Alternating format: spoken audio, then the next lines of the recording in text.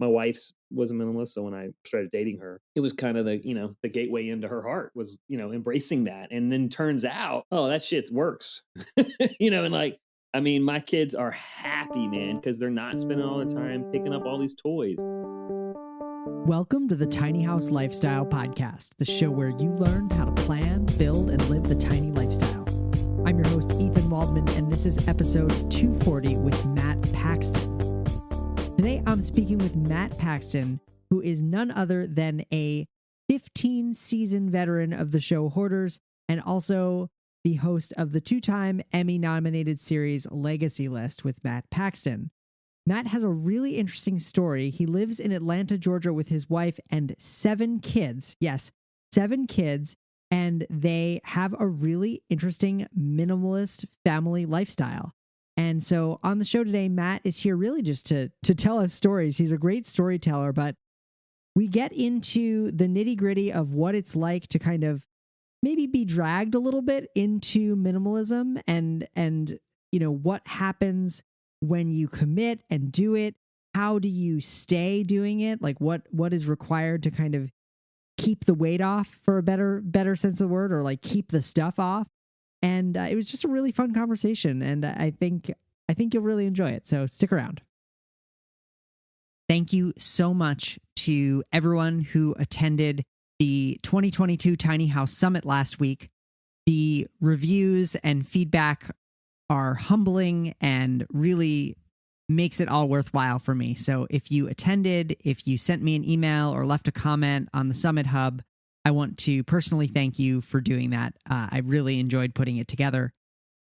If you want to catch that Summit content, you can still watch it. It's called the All Access Pass, gives you lifetime access to all 30 sessions. That's over 15 hours of tiny house knowledge and wisdom, plus a bunch of bonuses.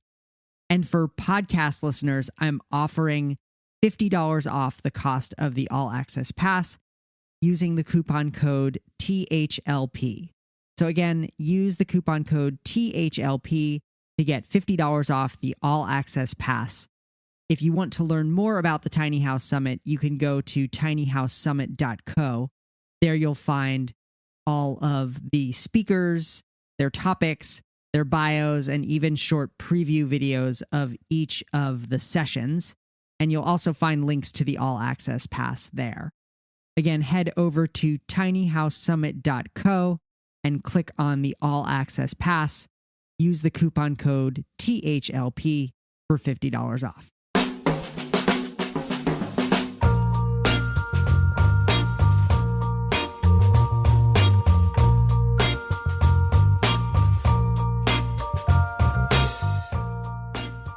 All right, I am here with Matt Paxton. Matt Paxton is one of the top downsizing and decluttering experts in the country. He's the host of the two-time Emmy-nominated series Legacy List with Matt Paxton on PBS and was a featured cleaner on the hit television show Hoarders for 15 seasons. Matt is also the author of the best-selling book Keep the Memories, Lose the Stuff. Paxton started cleaning out houses after his father, stepfather, and both grandfathers died in the same year. And this is the reason Matt has been working with families struggling with hoarding and downsizing for 20 years. Matt appears regularly as a public speaker, television guest, and radio personality, and podcast guest, I'll add, helping families and companies find the upside of downsizing. He lives in Atlanta, Georgia with his wife and 7 kids. Yes, 7 children.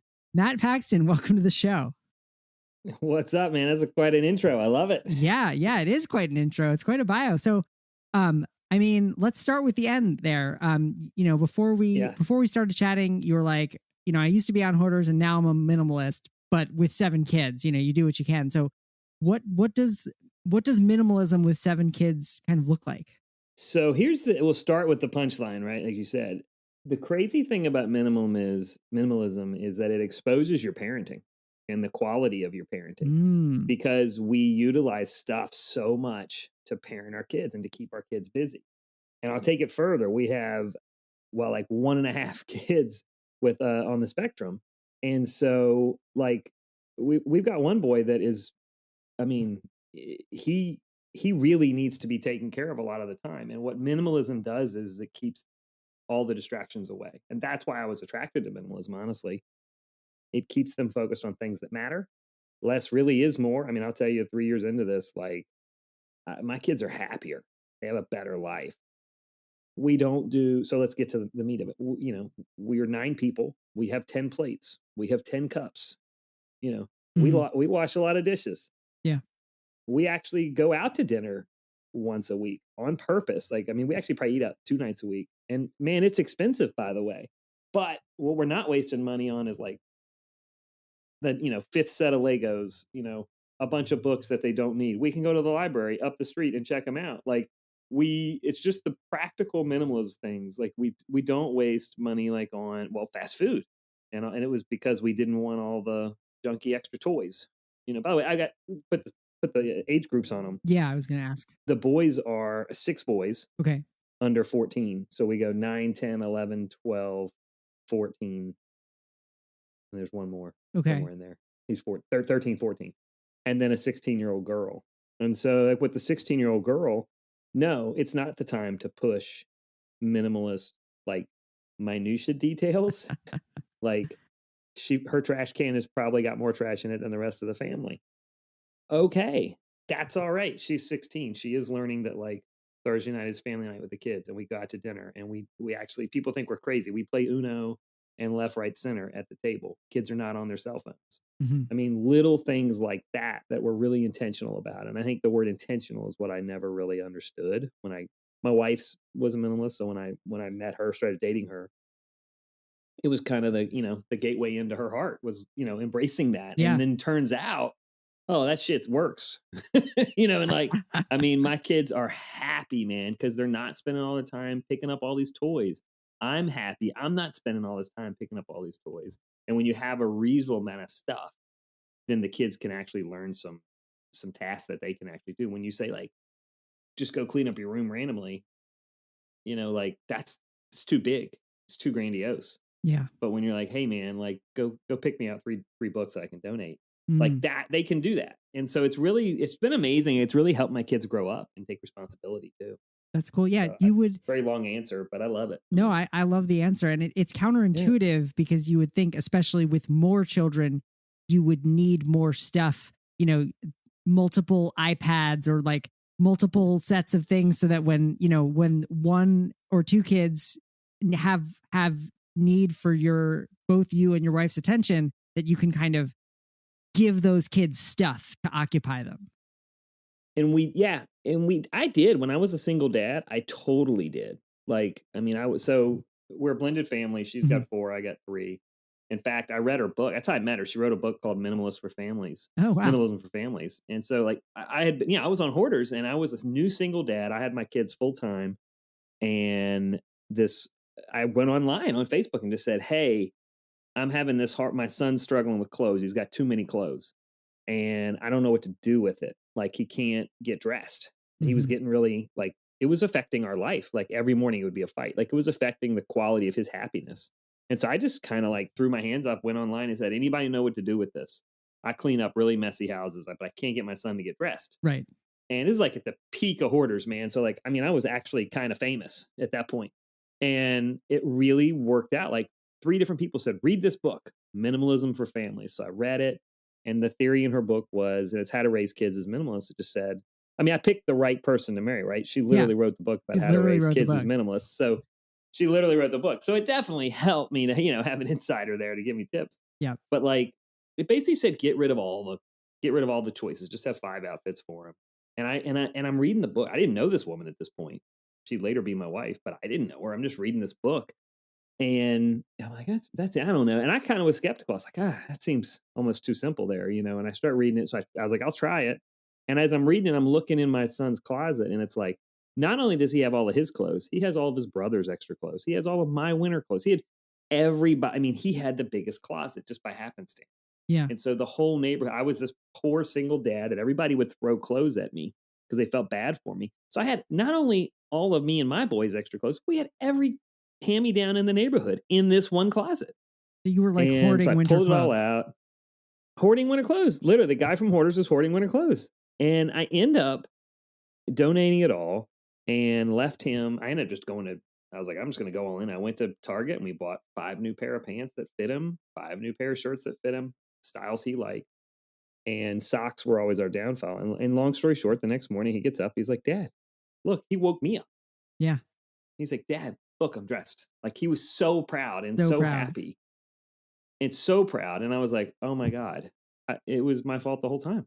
And it was like, oh my God. And like, it just clearly hit. And so like, okay, how do we take this and take it to the rest of our life? And we go to the garage and it's like, do we really need all those extra bikes? Do we really need all this extra, and I just started like running through the neighborhood running through the house to get Yeah. rid of everything. And man, it's worked. Like the kids, and I will say that the real story is when I moved here to Atlanta with my, at the time, fiance, we blended families. And I was like, can we just turn the TV on and let these kids watch TV? Like, this is getting aggressive. It's middle of the pandemic. And she goes, no. And she just puts like coloring pencils in a glass ball jar. She's her little hippie recipe. She brings out, puts them down on the table, puts a piece of paper in front of each kid, and they're screaming and yelling. And I'm just begging to turn on the TV. She goes, just give it 10 minutes, watch. And I'm like, I don't know, man. I'm just like, did I make a mistake? I shouldn't have moved here. Like, this is going to be bad. Yeah. And we go outside and come back 10 minutes later, and all the kids are drawing. All right. Like, kids don't need as much as we think they do. Like, they just need to have their brain engaged. And now, probably every other week, kids all sit down and draw. I mean, we don't let them play video games during the week, but they draw and design video games. So, like, fast forward 2 years later, my 14-year-old son has a stack of books where he's drawn all these video games out with intricate characters and player levels and all the attributes. I mean, he is designing video games. That's super cool. And he's doing it with pen and paper. And his brain is growing. I'm telling you, man, minimalism is, and it's addictive once you jump into it. Like it really does make your life better and just easier. But yeah, I'm skipping over a lot of, Christmas. Yeah. First Christmas was a nightmare. Oh yeah, tell that story.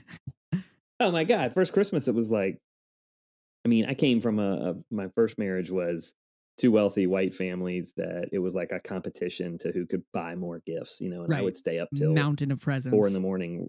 Yeah, I would stay up till 4 a.m. wrapping all these gifts, and and my wife's like, yeah, no, we do like a gift. Yeah. And then we go do something together as a family. Yeah. And I'm like, well, that's not going to fly with my boys, and then, it's funny, 3 years later, like even my ex-in-laws, they really like it. And like they now do, all the grandparents just do an experience. They each kid gets a trip with grandma, and on both sides, which is really cool. So it's, ironically, it's even made my ex-wife's family have a happier holiday because now the kids, they spread out trips. All like my son got to go to the Serengeti this year, and he got to see the wildebeest migration.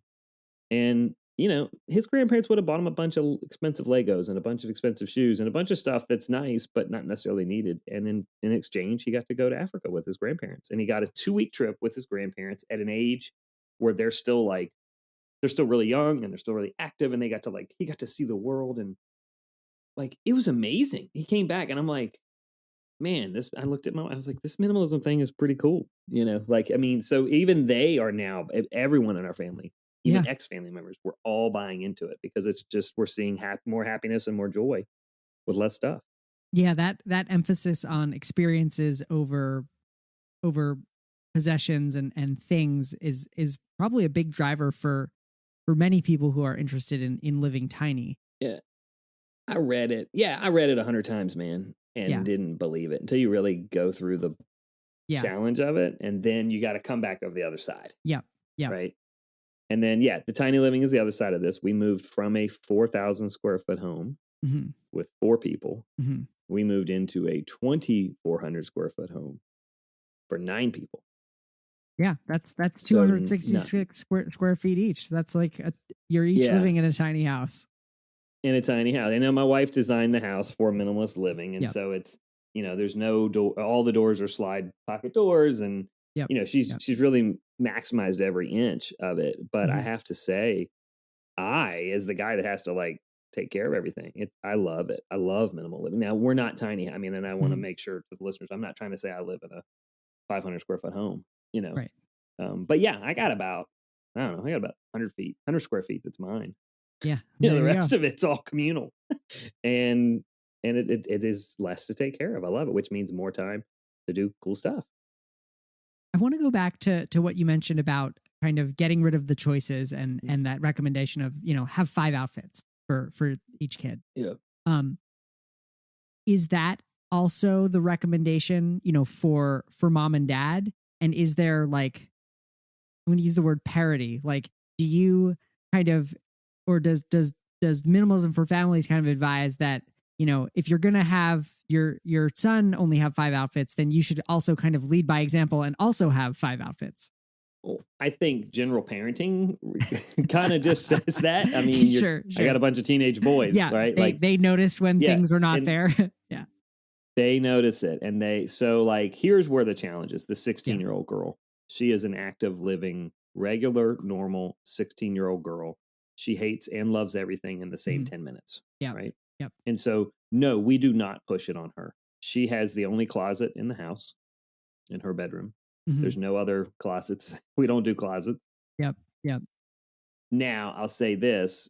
She definitely has more clothes than all of us.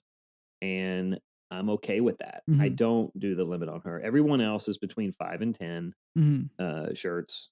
Most are around like 6. I mean, I do a lot of laundry and a lot of dishes. Yep.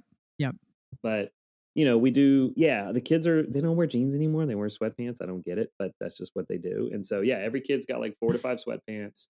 And we rotate out. So the winter clothes get put away.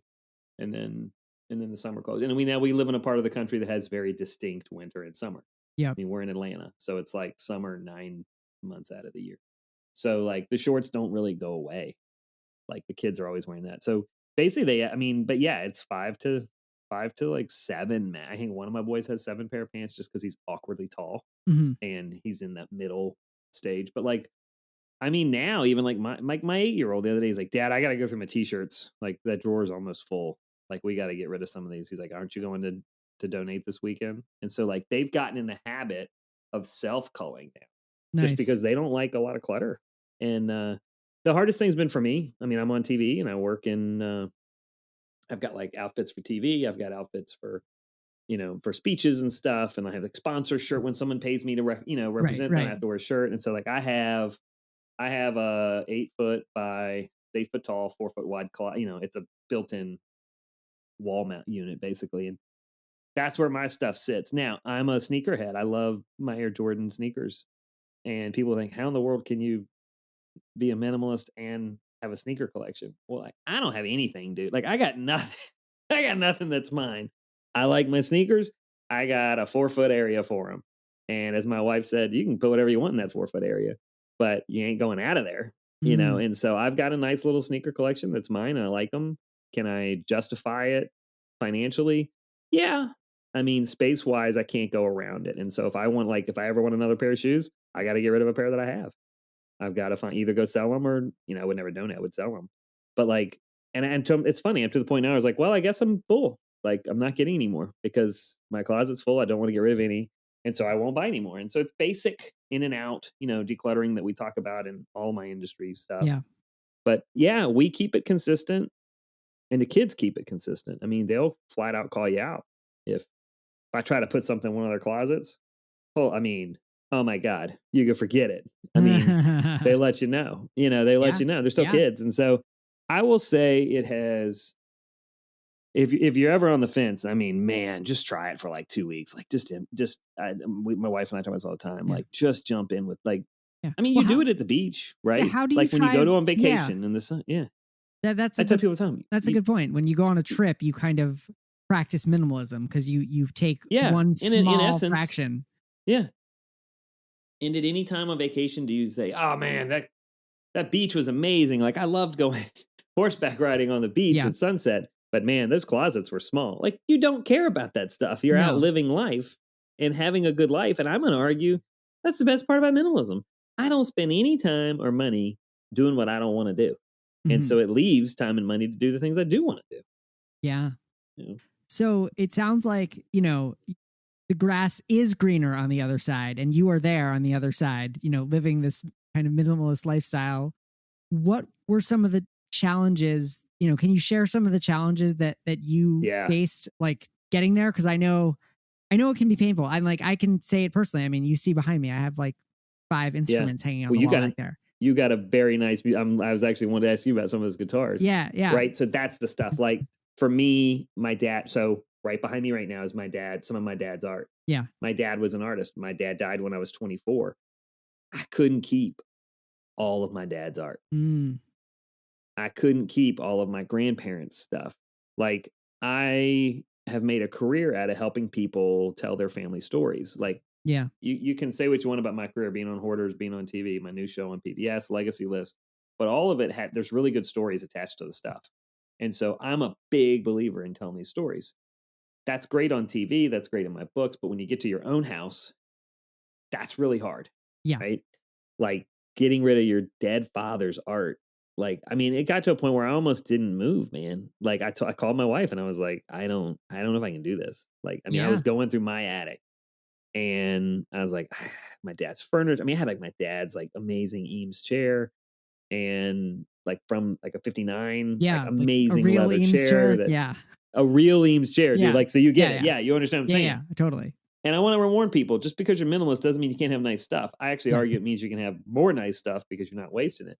Yep. But I had to make some decision on some nice things. It's easy when it's a box of, Mm-hmm. things that don't matter. But when it's people you love, so that got hard. And so I had to like record a lot of those stories. And I mean, not to ruin my book, but like I got rid of a lot of stuff. I mean, I basically said to her, I was like, I don't know if I can do this. Like, this is too hard. And she goes, well, I hope you have fun in Virginia with all of your dead people's favorite things. She goes, I and your future. She goes, me and and your future kids live in Georgia. And if you want to join us, let me know. And she hung up. And my wife's kind of a badass. And we didn't talk for like 2 days. Wow. And I was like, did we just like break up? Like, Wow. and I'm sitting here. This is the guy that gives advice to the world about letting go of stuff. And I was getting ready to bail on it. And so two things happened. One, I was in the middle of writing my book and I had to call Penguin Random House and tell him, I was like, well, turns out the book sucks, guys, because I can't even do that. Like, I can't even do this. So we're going to have to rewrite this book. Yeah. And so then I spent the next week like writing all the emotions I was going through. And obviously I moved here. And like last year, someone asked me, like, well, what were those items? Like, what were you upset about? And I was like, honestly, man, other than my dad's art, like, I don't remember. Yeah. I don't even know what I was so upset about, but I almost didn't move because of it. I still have the chair. I have 2 pieces of the art. I gave the rest to family. And turns out family really liked it. Like Yeah. family was excited. I apparently had too much of my dad's art anyway. I didn't even know it. Right. And they and I had, by the way, I have space for one piece of art in this house. We have very minimal space and it's mostly windows. And Yeah. so like she told me, she was like, I mean, I had 40 pieces of art that I wanted to bring. And she's like, I mean, we got one spot for you. She's Right. like, if you want to rotate it weekly, that's fine, but I don't know where you're going to put the stuff. You got to keep them in your 4 feet. Well, yeah, and let's talk. Math is a great part of minimalism too, right? Okay. The math makes a decision easier for you. Yeah. Like just mathematically, you only have space for X, Y, and Z. And I used to really be, when I was a kid, I was into backpacking, right? And when you're talking about ounces, like you very quickly decide what you're taking with you, right? Like when you're going like hiking for a month, like, I sure would love a skillet, but I'm not bringing a skillet with me. Right. That's a pound and a half. Like, a sleeping bag would be better, A lot to and carry. so like, yeah. And so you just have to make choices. And I think math sometimes in minimalism really makes the decisions for you. It just doesn't make financial sense anymore. But that the other side, I think, is really what you gotta lean into. Like, are you gonna have a happier life with less stuff? And I will argue, yes, like across the board. But I was walking to a better life anyway, right? I was not happy with stuff, and I thought I would be. And I'm 47. I don't know how a lot of people are, but like in my age group, we grew up in the 80s, the age of consumerism. Our parents worked a lot. They bought a lot of stuff for us. And then we got married, had kids, and we wanted to do better than our parents did. So we went out and bought a lot of stuff. And it's pretty empty, y'all. Like most people are not happy with all that stuff. And so, everything you complain about, I will argue is around stuff or money. I mean, people argue about sex, money, and stuff. Like that's what people argue about. Yep. And one of those is great. Find a way to get more of that. The rest of it, I mean, money doesn't make you happy and stuff doesn't really make you happy. Like it really doesn't. It's the other things that do. And so I just can tell you on the other side of it, man, like try it. You already are trying when you go on vacation, Yep. but like really try it because I promise you, you will find more happiness with less. What are some other ways that people can try minimalism? Well, I think donation is the most powerful tool in the world. Yeah. There's nothing better than giving away something for free. If you need the money, fine. That's where you are in life. You need to sell it. But you'll never be happy with the amount of money you receive for something. I mean, I'm going to argue, I'm looking at 4 very nice guitars behind you. Well, 3, and they're probably really nice instruments. There's a mandolin, a ukulele, I'll say, and top left guitars. is a mandolin. Yeah. 3 guitars. All right. Those are obviously important tools of your life, right? Like that's more than just an instrument, right? It's more than just an item. It's something you're passionate about. Absolutely. Right. I could give you any price on those, and it's not about selling it, right? It's not about, and so I'm going to argue you're not happy. No one's going to be happy with selling things. And so I really say one of the best tools is to donate, because the more you donate, you find enough, and I'm not telling you to do this, but like for me, if I found an artist that liked some of my dad's art, I actually donated a lot of my dad's frames. I donated a lot of my dad's tools because there was an art school that my dad was connected to. He knew those people. It meant a lot more to those people than it even did to me, because they had a relationship with my father. So I was able to donate those items, and it brought a lot of happiness to other people. And so I really encourage people to find that tool of donation. Find whatever works for you. I don't care where you donate it, but you need to be connected to it. If you dig it, you will give more and more and more and more. And I think it's just one of the most important tools of it, because you can empty a house really quickly by doing well for others, much better than trying to sell stuff. Yeah. That's powerful advice. I'm definitely not getting rid of any of my guitars though, so yeah. Disclaimer, no disclaimer. guitars are leaving. Those are lifetime purchases right there. No. Yeah, I still have a couple surfboards that I'm on. That's a hard line for me. I really enjoy surf. I do a lot of paddleboarding with my kids, and it's where we connect. And that's my hard line. Like I'll get rid of other things. Yeah. And by the way, this little dance we're talking about here, like deciding what you're keeping and not keeping, like that only makes you love those things more. Right. Right. And we love those things because of the people attached to them, either past or present or future people. Yeah. But like, you don't love stuff because it's made of plastic or wood. You love the stuff because it brought you some happiness or joy somewhere in your life, either in the past or in the future or currently now. Yep. In my line of work, most people, they hold on to their stuff because of past happiness or joy or hopeful happiness or joy, but rarely current. Rarely are we actually using the stuff in our house. Right. I mean, and look, most of my life is helping seniors and hoarders. So I help people that have lived in a house for 50 years, and we clean out their house after 50 years in the house, or I help a hoarder. And in those two situations, people rarely are they're using 5% of the stuff in their house. It's high. Usually it's like 2% in their house. And so I really encourage people to like, what do you actually use now? I think that's another part of minimalism. Minimalism lets you live in the now and less in the past or the future. Nice.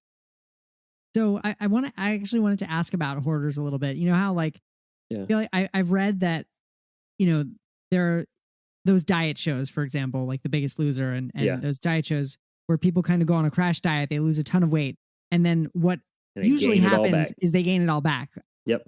I'm curious is there a similar phenomenon in hoarding and minimalism? Like, sure, when the TV crew and the camera crew and the experts come in and help you get rid of all this stuff, you do it. But then, and I'm sure this happens for not just people who are actual hoarders, but for just people who have too much stuff. Can you speak to that and maybe some strategies or tips on how to avoid it? Yeah, it's the number one question in hoarding, right? Yeah. How does it stick? What's the stickiness of it? Well, let's first start with hoarding is a mental disorder, right? And it's caused by trauma. Like someone's died, you've gotten divorced, abuse. There's a lot of reasons, but something bad has happened to the person, and they're looking for happiness and self-worth in stuff. It behaves a lot like alcoholism or drug addiction. If you've got an uncle that's an alcoholic and all you do is throw away his beer, have you solved his problem? No, you've really just pissed him off, right? And same thing with hoarding, okay? There's a reason they do it. There's trauma attached to it. If you don't address the trauma, the loss, the tragedy, that it absolutely will reoccur. Right. So I have a really firm, I mean, in my career, 20 years in now, I have a 60% success rate. The house stays clean if they go to therapy. Mm. If they do not go to therapy, it is 100% failure. Wow. Every time it will return if you don't deal with the thing. And that now therapy has changed in this last 20 years. When we started, it was cognitive behavioral therapy. Sit on your couch, talk to a therapist, tell them your feelings, Mm-hmm. right? And that doesn't work for everybody anymore. And technology has changed a lot for people. Sometimes it's volunteering, sometimes it's going to church, sometimes it's exercising, sometimes it's donation. Like it can be 100 different things. Honestly, I see volunteering working as much as cognitive behavioral therapy for a lot of people because most Wow. hoarders actually don't. They don't. They're not hoarding for themselves. Most of the stuff they're hoarding is to give away to other people. Yeah. That happiness and that joy comes from the giving away. They just never get to it. And so they need to go to therapy for whatever the trauma was, and then they need to stay active. Now, in hoarders, we actually don't. I haven't done the show in 2 years, but Right. they actually don't. We won't do that. I mean, we give them a year of therapy with the clean out. If we Wow. didn't pay for that therapy, I don't know that it'd be an ethical show to do. I mean, because we know mathematically it will not work if they Right. don't go to therapy. And so then you can't say that and then turn around and not give them the opportunity to go to therapy. And so sometimes we'll get to a person we're like, man, we'd love to have you on the show, but you got to go to therapy first. And they've got Mm. to go and they got to show up. And if they don't do that, then we won't participate. And by the way, they get like some of these cleanouts are like $100,000 or $200,000 cleanouts. Like, I mean, Wow. and I am like the best. I mean, not to brag, but I'm like the best guy in the country at that cleaning the houses out. And so we have a therapist on staff. You have the best clean out crew.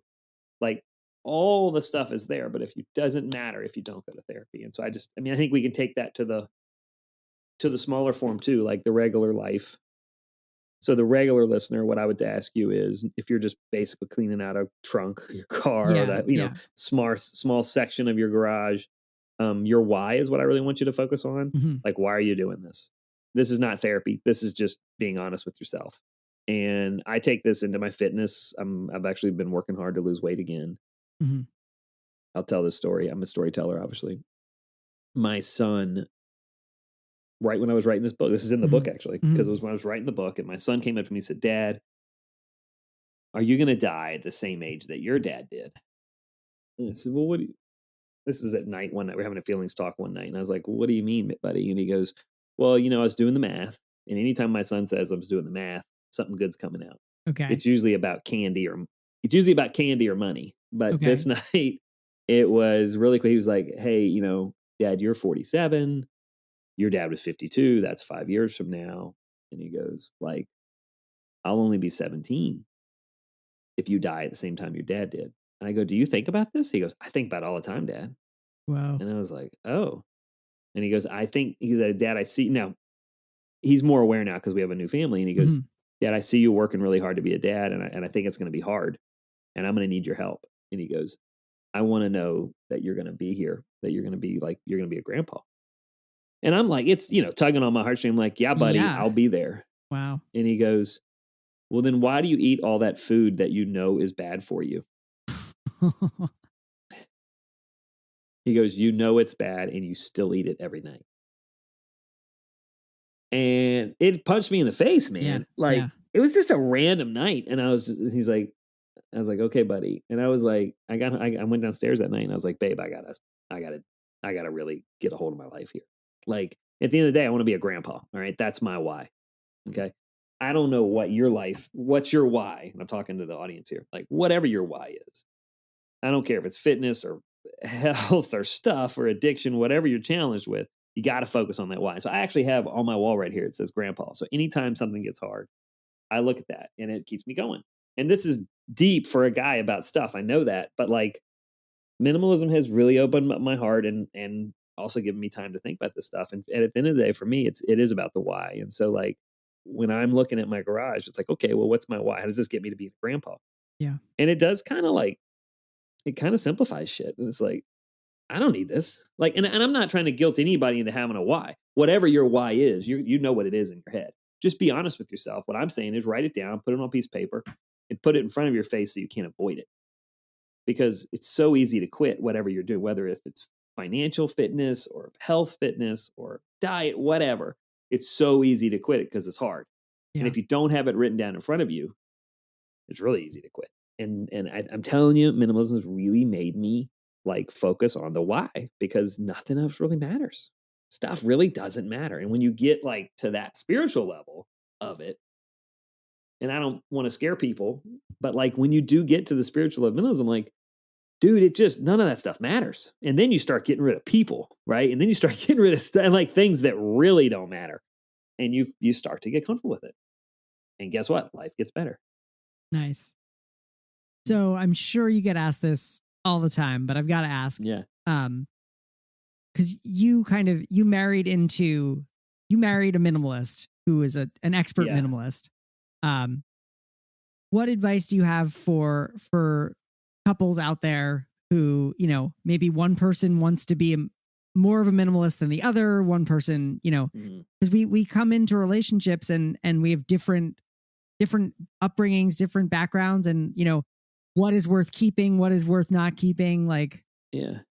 Well, the partner is worth keeping. Yes. The stuff is not. Yeah.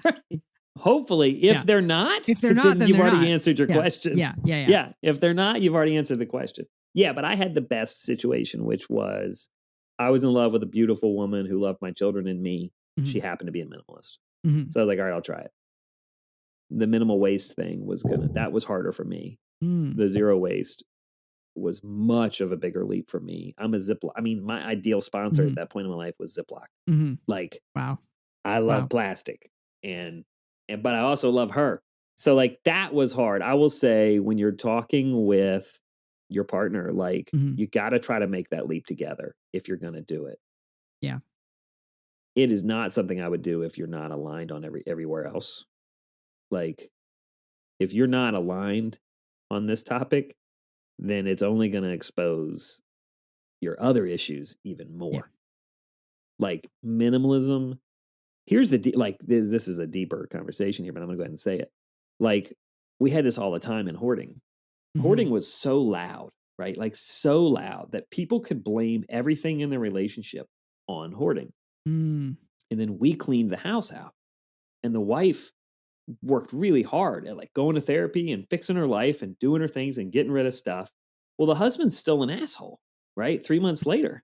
Yeah. And he now has nothing to blame it on. Oh no. It exposes, look, stuff is an easy way to hide other unhappiness. Yeah. And so I cannot stress, and I don't mean to cuss so much, y'all, but like that is the right word for that term. So many times we had men that they blamed their entire failures of their marriage on hoarding. And then when the hoarding got addressed, the marriage was still not great. And so minimalism do the same thing. If you're not aligned, don't even try. Get aligned on the other stuff first. Yeah. But be brutally honest and have that why, have that goal. Like, what is your goal? Like, what do you got? Like, I mean, we did a whiteboard, and like I have a dream board in my house where I have my kids write down places they want to go or things they want to do. And they get really silly. Like my son wanted to, you know, train whales, or he wanted to have, you know, like they get really fun and crazy, but that's the point of dreaming. Yeah. But then we found one, it was like, okay, like Australia, I actually really want to go to Australia. Right. And so we started like planning, how do we do that? Like, how do we actually go to Australia? Like, what does that look like? What do we do? And what does it look like as a family? And we all had to get aligned. We're like, okay, we're going to have to save money here, here, here. How do we do that? Well, we stopped going out 2 nights a week, go down to 1 night a week. Like we all had to buy into the plan. And so I would really encourage couples, like what, you know, you will, I mean, one of the things I didn't get about minimalism is your checking account expands significantly. Like people don't realize that. You don't realize how much crap you waste your money on.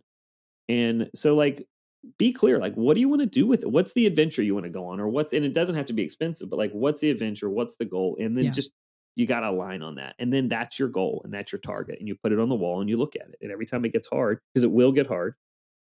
And, you know, you got to be brutally honest with yourself. Like, you know, if you're not pulling your weight. I mean, my wife and I, look, we got 7 kids, so the house is not always clean. And I'm not acting like the kids are all aligned in it. I mean, sometimes they're not. And we give them space to figure it out, you know, but like, we do have to always come back to like, hey, if our goal is this, then that's what we got to do. And you got to be, I mean, look, my wife's a minimalist because she'll tell you, because she's messy. Mm-hmm. And there's just, she doesn't like to clean. So if she doesn't have anything, there's a whole lot less to clean. Right. I do it more for the spiritual, for the, for me, it brings me like joy and happiness and positivity.